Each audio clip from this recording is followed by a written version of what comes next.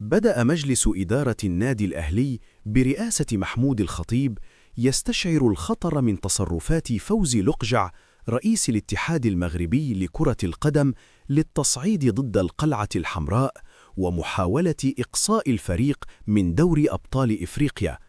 وحسب مصدر في النادي الأهلي، هناك عدم ارتياح بشأن تحركات وضغوطات الجانب المغربي في الساعات الماضية من أجل الإصرار والتصعيد ضد القلعة الحمراء لحرمانه من الجماهير في مواجهة الترجي التونسي.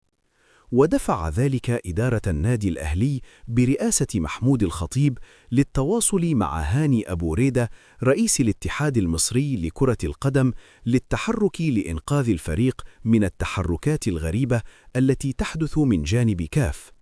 ويرى مجلس إدارة النادي الأهلي أن الفيديوهات التي تم تقديمها إلى الاتحاد الإفريقي لكرة القدم بالنادي الأهلي تشمل قيام جماهير فريق الجيش الملكي في بداية الأمر باستفزاز الأهلاوية، وهو ما ترتب عليه إلقاء الزجاجات. ومن المقرر أن تظهر عقوبات الاتحاد الإفريقي لكرة القدم بشأن لقاء الأهلي والجيش الملكي، وذلك منتصف الأسبوع المقبل، وسط ترقب ومخاوف من جانب إدارة وجماهير القلعة الحمراء. ويتخوف بشدة النادي الأهلي من غياب جماهيره عن التواجد في موقعة الإياب والحسم ضد فريق الترجي التونسي على استاد القاهرة الدولي، وهو ما يترتب عليه تقليل فرص الفريق في حسم التأهل.